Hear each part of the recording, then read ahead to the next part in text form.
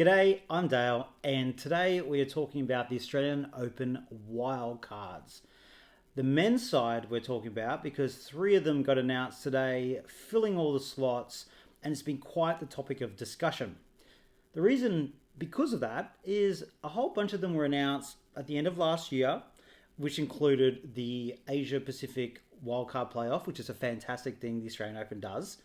The reciprocal agreements with France and the USA, so Australians get to play the French and the US, so that took another couple, and 2 Australians got one. Rinky Hijikata, great choice. Rig, one of our good up-and-coming players who's kind of been within the 100 or just dropping out and around there, 24 in the world, always can put up a great show. Great doubles player as well, very popular in Australia, so crowds, but also his career progression to keep that going and not let him fall off there as well. So good choice. James Duckworth got a wild card as well because at the end of last year they had a whole Challenger series and whoever got the most points got a wild card. Great way to do it. It was a tie, but James Duckworth got it, which is great because he was literally a couple of ranking slots off getting in. And if the rankings had been done like a week or so later, he would have been straight through. So I'm really glad to see our good old Ducky in there. Now that left 3 spots. And arguably there was like about 6 players who really had a good shot of getting them. Now, let's look at who got them and who should have got them and where things are at. Let's start with Jordan Thompson. He was an obvious choice. He was seeded at last year's Australian Open. He had an incredible 2024, plagued by injuries last year, but could still play and get some great results even with the injuries he's had. So we really had to pay him back to what he's given Australia and the fact that if he's playing even somewhat okay, he deserves his spot in the main draw. He's just outside the entries there as well. He's been a great ambassador for tennis in Australia. He's very popular, and let's hope we can get him back up to where he was. So that was an obvious choice. He was in the Davis Cup squad. If you're in the Davis Cup squad, we're going to probably give you a wild card, right? It was no surprise.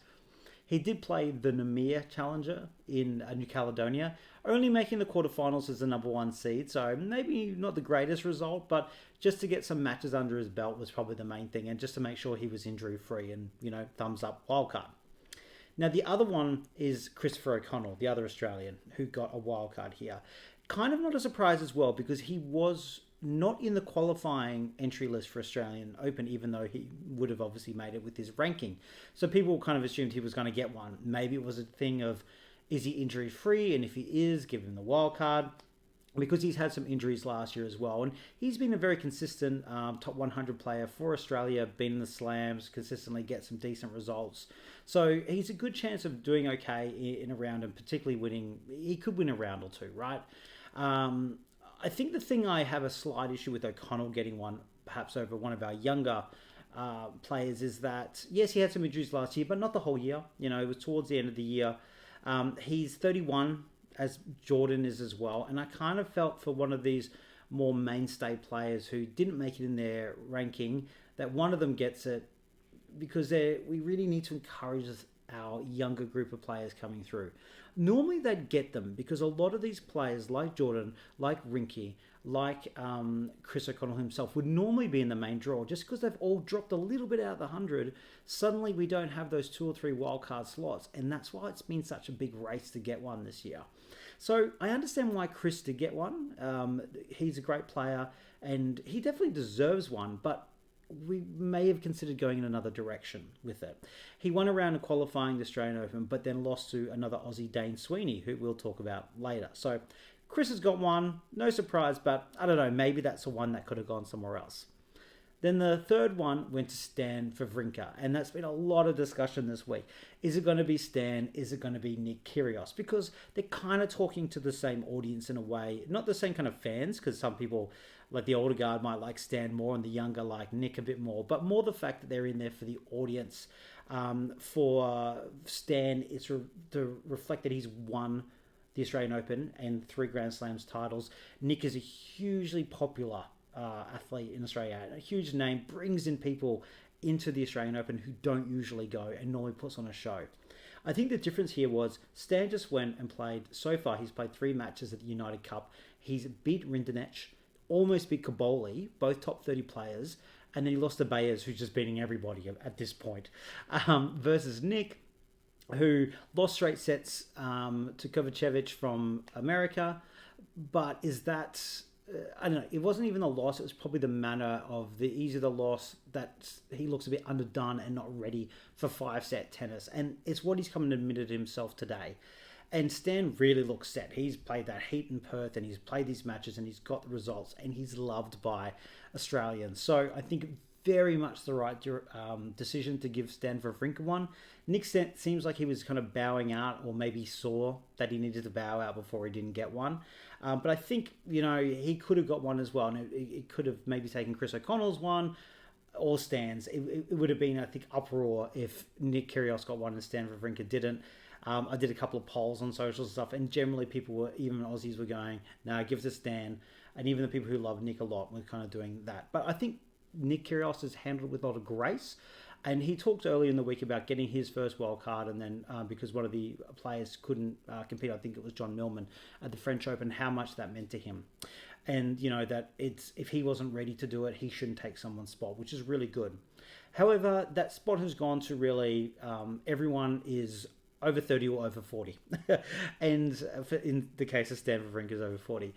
For the other Aussies, we don't have a huge amount of young blood coming through, but there are some. And the two probably to talk about are Dane Sweeny and James McCabe. Dane Sweeny just qualified for the Brisbane International, and he beat Chris O'Connell en route.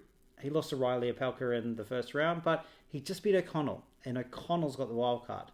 Dane Sweeny just came off a huge run at the end of last year, a whole bunch of ITFs in a row, challenger competitiveness as well, and I had question marks whether he could match it at ATP level. And so far, for that result in Brisbane, if you were just doing it off things and you hadn't maybe promised it in advance, you would be giving that to Dane Sweeny, I think, on the results alone. But, Dane's 24, he's not super young. Maybe qualifying will actually do him good. I know he would have done that before.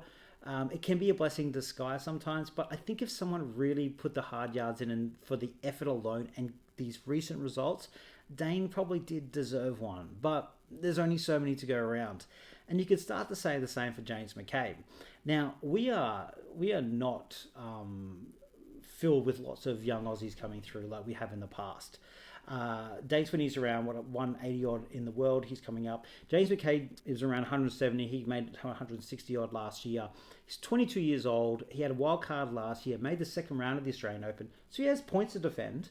And not only is he our highest ranked player under 24, he also just made the semi-finals of Canberra.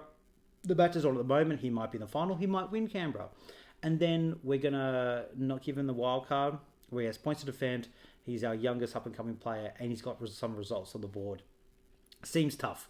So that's where I'm kind of talking about, where we've got the two 30-plus years old players we've given the wildcard to.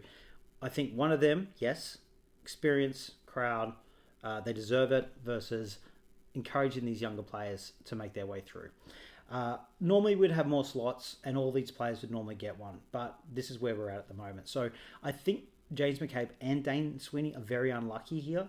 But then I think if Christopher O'Connell missed out, that'd be tough too. But if I was doing it, I would have done Jordan Thompson, I would have done Stan Wawrinka, and I would have done... I thought I would have said Dane Sweeny, but I think James McCabe's Canberra results and the fact he has those points to defend, and we need to encourage these young players. I'd probably give to James McCabe. But they'll have to go through the qualifying, so we'll have to wait and see. Anyway, let me know if you think that anyone else should have got one. People talk about Alex Bolt, Bernie Tomic. I really like Sekulic, but he's really down in the rankings. And we'll have to wait and see. But anyway, let me know your thoughts and bring on the Australian Open.